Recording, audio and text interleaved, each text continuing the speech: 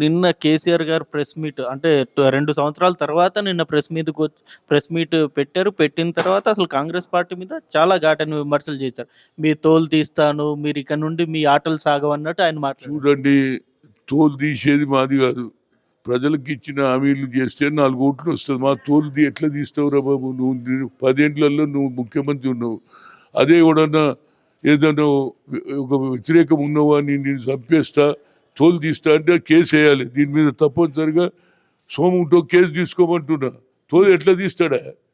తోలు తీస్తుంటే మనిషి చచ్చిపోతాడా లేదా? కనుక అలాంటి భాష మాట్లాడొద్దని నేను రిక్వెస్ట్ చేస్తున్నాను. 10 ఏళ్ళు ముఖ్యమంత్రి పెద్ద మనిషిలాగా ఇప్పటికన్నా ఎందుకు ఓడిపోయినావు?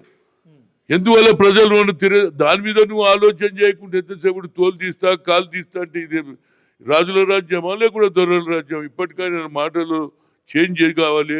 లేకపోతే ఎవరు కూడా పడేందుకు అప్పుడంటే 30-40 ఏళ్ళ కింద దొర అన్నారు, పటేల్ అన్నారు. ఇప్పుడు ఎవరురా దొరని అమ్మ అంటున్నారు.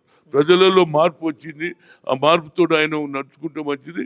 ఎందుకు ఓడిపోయినామని దాని మీద మేధోమతనం పెట్టి ఏడైనా తప్పులు చేసిన ఆ తప్పులు సరిదిద్దుకుంటే మళ్ళీ వచ్చే ఎన్నికలేదనే ఛాన్స్ ఉంటుంది. కానీ తోలు తీసేస్తే ప్రజలు ఏం చేస్తారు? ఇప్పుడే తోలు తీసేది, రేపు వస్తే మా తోలు తీస్తాడని వేసే ఓట్లు కూడా. కాంగ్రెస్ పార్టీ నాయకులు తోలు తీస్తా అంటున్నారు. అదే కాంగ్రెస్ పార్టీ అంటే ఆడు మనిషి కదా? నువ్వు భలే చెప్తావా? నువ్వు కాంగ్రెస్ తోలు తీస్తా అంటే మంత్రులు అంటే హనీమూన్ పీరియడ్ అయిపోయింది. ఇక నుండి మీకు చుక్కలు మంచిది. హనీమూన్ అయిందా లేదా?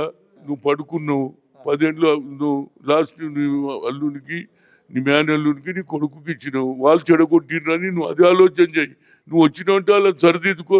ప్రజల దగ్గర గత తప్పులు క్షమించండి, మళ్ళీ మాకు ఓట్లు వేస్తే నేను న్యాయం చేస్తా అంటే 4 ఓట్లు పడతాయి. తోలు తీస్తే ఓట్లు పడతాయివా? కనుక ఆయన భాషలో మార్పు రావాలని కోరుతున్నాను. రైట్. అంటే మొత్తం కాంగ్రెస్ పార్టీ ప్రస్తుతం రాష్ట్రాన్ని ఆగం చేసింది.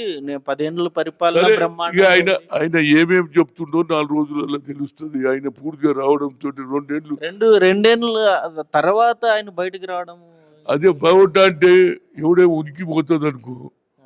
ఉనికి పోతే ఏం చేస్తారు? ప్రజలు రావాలి. అరే వస్తలేడు అంటారా? అది బీమార్ అయింది. మేము అటువంటి లీడర్లు కూడా 4 రోజులు కనిపించకుండా హనుమంతనా నీకు తెలియదా?